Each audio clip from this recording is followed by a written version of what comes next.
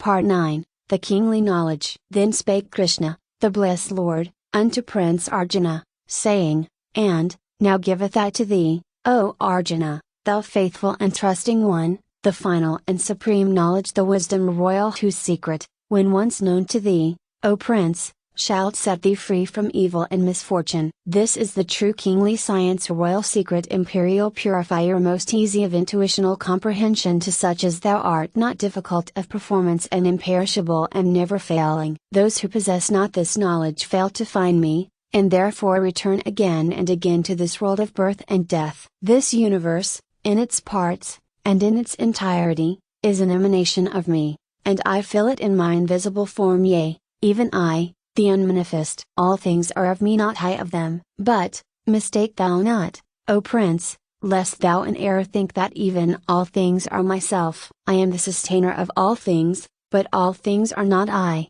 Knowest thou that even as the vast volume of air, everywhere present, and in constant activity, is sustained and contained within the universal ether, so do all manifested things rest in me, the unmanifest. This is the secret, O Arjuna, ponder well upon it. At the end of a kalpa, a day of Brahma period of creative activity, I withdraw into my nature all things and beings. And, at the beginning of another kalpa, I emanate all things and beings, and re-perform my creative act. Throughout nature, which too is mine own, I emanate, again and again, all these things that constitute the universe, by the power of this nature, which by itself is without power. But I am not bound or entangled in these works, O Prince, for I sit on high, unattached and unbound by actions. I superimpose my power upon nature, and she builds up and tears down, producing the animate and the inanimate, and thus the universal action proceeds and operates. The unenlightened,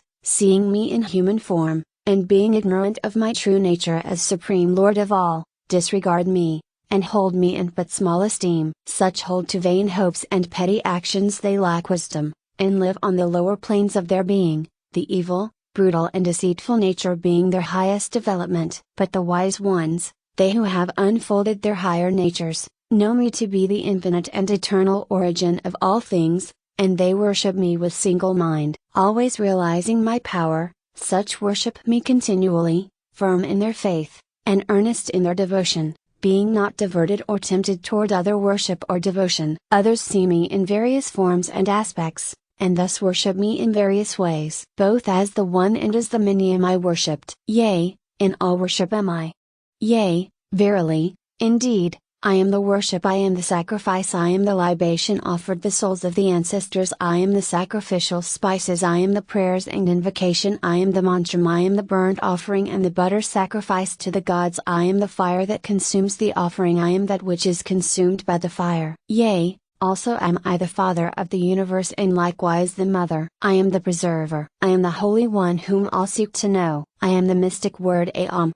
I am the three sacred books or Vedas, the Rik, Samar and Yajur. Even so, am I the path, the comforter, the creator, the witness, the resting place, the place of refuge and the friend of all. I am the origin and the end, the creation and the destruction, the storehouse, the eternal seed. I am the sunshine, I am the rain. I now press out, and I now draw in. I am death, and yet am I immortality. I am being and yet am I non-being. I am the one beyond both. Those learned in the three Vedas, offering many sacrifices, drinking the sacred soma juice at the end of the sacrifice, and thus seeking purification, according to the ancient rites, in reality pray to me, beseeching me to point out the way to heaven. And thus gain they their desired heavenly realm, and partake of the celestial foods, and enter into the divine enjoyments. But, when they have partaken of the heavenly feasts, and the divine enjoyments, and have entered into the pleasures of that vast heaven world, and have thus exhausted the reward for their good deeds,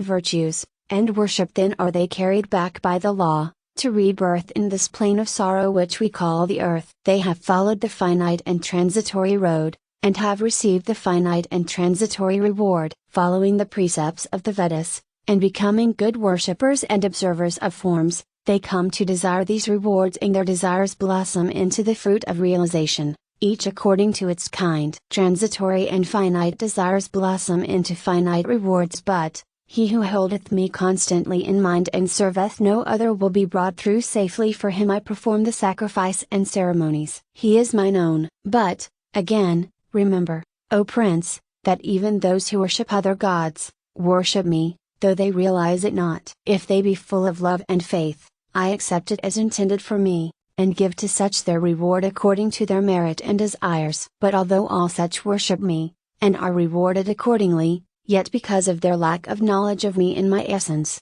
they must in due time relinquish heaven, and return again to earth and rebirth. Each goeth to that which he worshippeth, according to his degree of spiritual comprehension. Those who worship personal gods, or angels, go to dwell with personal gods and angels. Those who worship ancestors, go to dwell with the ancestors. Those who worship spirits, go to the land of spirits, and those who worship me, in my essence, come to dwell with me in my essence. But know thou, Arjuna, that I despise not the worship of the humble and simple folk, who in their loving worship present me with leaves, flowers, fruits and water. I say unto thee that I accept and enjoy such offerings from these, my children. In the spirit of the gift do I accept it. All sacrifices I accepteth, even in the spirit of the offering, not in the value of the gift. Therefore, whatever thou dost, O Prince, whether it be eating, giving, sacrificing, or performance of ceremonies or rites, do these things in earnest offering to me. And offering up to me all thy works,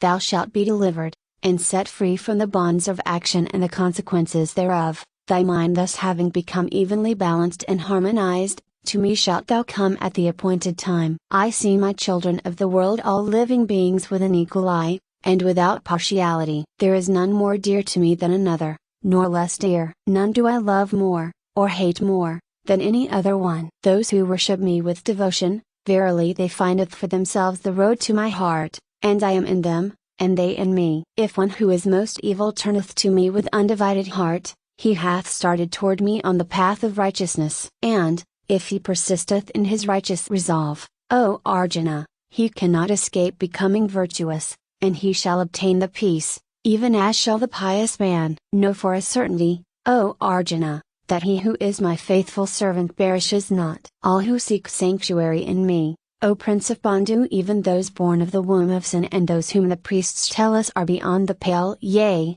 even such shall tread the highest paths, if they but place their hopes and faith upon me. And if this be so, O Prince, how certain is the salvation of the holy men, and learned souls. Then, regard this earth as but a finite and transitory abode, and know and worship me, fix upon me, without distraction thine earnest mind, and thou shalt come unto me, yea, shalt thou be blended into me, and thus reach the supreme goal. Thus endeth Part 9 of the Bhagavad Gita, which Part 1, called the Kingly Knowledge,